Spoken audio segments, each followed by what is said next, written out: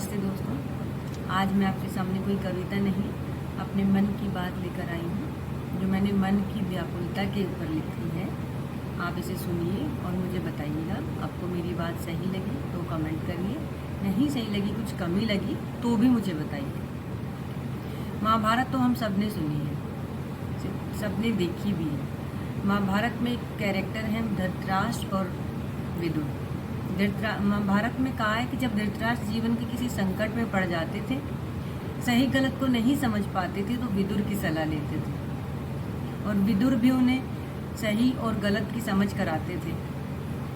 लेकिन धृतराष्ट्र वही करते थे जो वो करना चाहते थे, जिसमें उनको खुशी मिलती थी। तो फिर क्या जरूरत थी विदुर को भेजने की?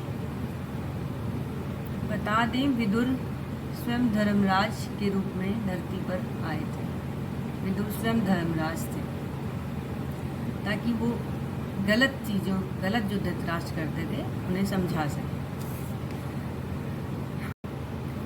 फिर भी भगवान श्री कृष्ण को दूत बनकर आना पड़ा ताकि महाभारत जैसे युद्ध को रोका जा सके। परंतु न दुर्योधन ने उनकी सुनी, न धृतराष्ट्र ने उनकी सुनी। कहते हैं ना, जहाँ बुद्धि का विनाश वहाँ सर्वनाश। तो दोस्तों, ये कहानी तो हम सब ने सुनी। मैं आपके सामने ये क्यों कह रही हूँ? इसलिए कि आज के समय में भी भगवान हर किसी के पास एक विदुर को जरूर भेजते हैं। और वो विदुर कौन है? वो हमारे मन की आवाज़। वो एक विदुर इंसान के रूप में तो नहीं भेज सकते हर किसी के पास, तो उन्होंने क्या किया? उन्होंने सबके मन में एक विदुर को बिठा दिया। और वो विदुर हमारे मन की आवाज़, हमारा ज़मीर होता है, जो हमें सही और गलत की समझ जरूर कराता है। और वही भी भगवान के होने का एहसास भी कराता है। तो कहते हैं हम कि हमारे मन में सबके भगवान रहते हैं। जब हम कोई काम गलत करने जाते हैं, कोई काम गलत कर रहे होते हैं, तो हमारे मन से एक आवाज़ ज़रूर आती है कि नहीं, ऐसा नहीं करना चाहिए। यही वो विदुर है जो हमें सही और गलत की समझ करा रहे हैं, हमारे मन की आवाज़। और अगर हम नहीं सुनते तो हमारे मन में जो व्याकुलता होती है, वही भगवान समझा रहे होते हैं विदुर कि ये काम करना चाहिए कि नहीं करना चाहिए। और जब हम उनको अनसुना कर देते हैं, नहीं सुनते हैं, तो भगवान फिर कोशिश करते हैं, तो श्री कृष्ण की तरह किसी न किसी रूप में किसी इंसान को हमारे पास भेजते हैं अपने रूप में, हमें समझाने के लिए। लेकिन हम उन्हें भी नकार देते हैं और फिर महाभारत जैसे परिणाम सामने आते हैं।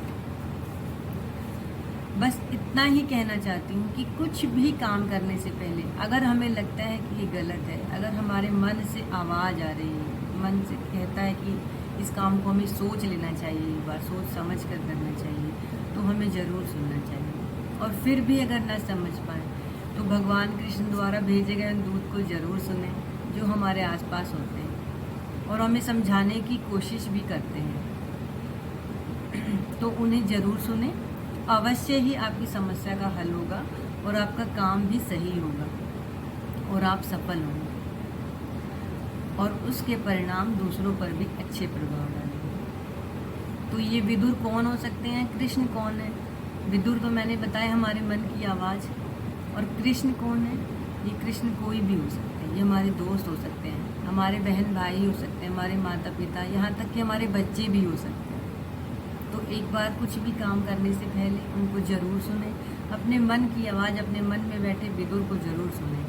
बस दोस्तों, इतना ही कहना चाहती हूँ। अगर आपको मेरी बात सही लगी या कुछ भी कमी लगी तो मुझे कमेंट करके ज़रूर बताइए। थैंक यू दोस्तों। प्लीज़ मेरे चैनल को सब्सक्राइब करिए और मेरी वीडियो अच्छी लगे तो शेयर और लाइक करें।